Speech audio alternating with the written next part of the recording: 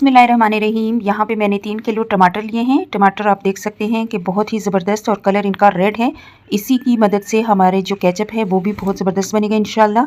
तो टमाटर को अच्छे से मैंने धो के और खुश्क कर लिया है। अब इनकी कटिंग कैसे करनी है ये भी आप देख लें।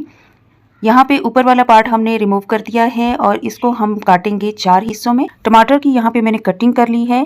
तो यहाँ पे हमने इसमें डालने हैं 2 गिलास पानी। किन मसालों का मैं यूज़ कर रही हूँ, बादियान के 2 फूल ले लिए हैं, छोटे हैं तो 2 ले लीजिए, बड़े हैं तो फिर 1 लीजिएगा। और यहाँ पे मैंने लौंग लिए हैं 6 से 7 अदद, दालचीनी का 1 स्टिक लूँगी। और यहाँ पे मैंने लहसुन है काफ़ी सारा लिया है। इसको हमने बॉईल करने रख देना है। अब यहाँ पे मैंने इसको 1 घंटा पकाया है और आप भी इतना ही पकाइएगा ताकि ये अच्छे से सॉफ्ट हो जाए। अब इसमें एक्स्ट्रा जो चीज़ें थी, मसाले वगैरह थे साबुत, वो सब तमाम निकाल लूँगी, सिर्फ लहसुन को रहने दूँगी। अब इस मसाले को अच्छे से हमने पीसना है। पीसने के लिए छलनी की मदद से हमने इसको अच्छे से छानना है। अभी यहाँ पे हमने केचप को अच्छे से पकाना है। पकाते वक्त आपने इसकी जो आंच है वो कम रखनी है। और जो सीक्रेट इंग्रेडिएंट था कि जिसकी मदद से आप इसको अच्छे से 2-3 महीने स्टोर कर सकते हैं, वो है सिरका। 1 कप मैंने इसमें सिरका डाला है और 1 ही कप में इसमें चीनी डालूंगी। आई हुई लाल मिर्च 1.5 टेबल स्पून यानी खाने का चम्मच 1.5 लेना है आपने। अच्छे से मिक्स कर लें और इसको पकाने के लिए रख दें। अब यहाँ पे 20 मिनट हो चुके हैं इसको पकाते पकाते। अब मैंने इसमें डालना है नमक। नमक आधा टेबल स्पून है। आप अपनी मर्ज़ी के मुताबिक, टेस्ट के मुताबिक नमक ज़्यादा या कम रख सकते हैं। इसको अच्छे से हमने इसको 1 घंटे तक, तकरीबन 40 से 1 घंटे तक, 40 मिनट तक हमने इसको पकाया है। तो कुछ इसकी कंसिस्टेंसी इस तरह से आई है।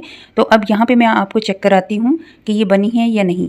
तो यहाँ पे ये देखिए, इस तरह से किसी भी साफ़ बर्तन में आपने इस तरह से करना है। और देखिए नीचे पानी का ड्रॉप आ गया है। इसका मतलब है कि ये पूरी तरह से हमारा केचप अभी रेडी नहीं है। तो इसको अभी हमने चंद मिनट और पकाना है। तो इसको अच्छे से पकाने के बाद 15 मिनट मैंने इसको और पकाया। तो अब इस कंसिस्टेंसी में ये आ चुका है। अब इसको दोबारा से हम ट्राई करते हैं, चेक करते हैं। तो अब ये देखिए, यहाँ पे ये कम्प्लीटली रेडी है, बिल्कुल परफेक्टली तैयार है। माशाल्लाह से ये इतना ज़बरदस्त तैयार हुआ है कि ये परफेक्ट रेसिपी है आपकी। अगर आप घर में केचप बनाना चाहते हैं, मसाले और तमाम किस्म की चीज़ें जो हमने इसमें डाली थी वो बिल्कुल परफेक्टली रेडी हैं। और एक तरीका ये देखिए, चम्मच की बैक साइड पे मैंने इसको रखा और किस तरह से इसकी लाइन एक बन गई, ये भी एक रेडी होने की इसकी निशानी है। अब किसी भी जार को अच्छे से साफ़ करें। खुश्क जार में आपने इसको डालना है। जार आपका थोड़ा सा भी पानी वाला नहीं होना चाहिए। और इसके अलावा जिस भी चम्मच से आप इसमें से केचप लेते हैं, वो चम्मच भी हमेशा आपने खुश्क यूज़ करना है।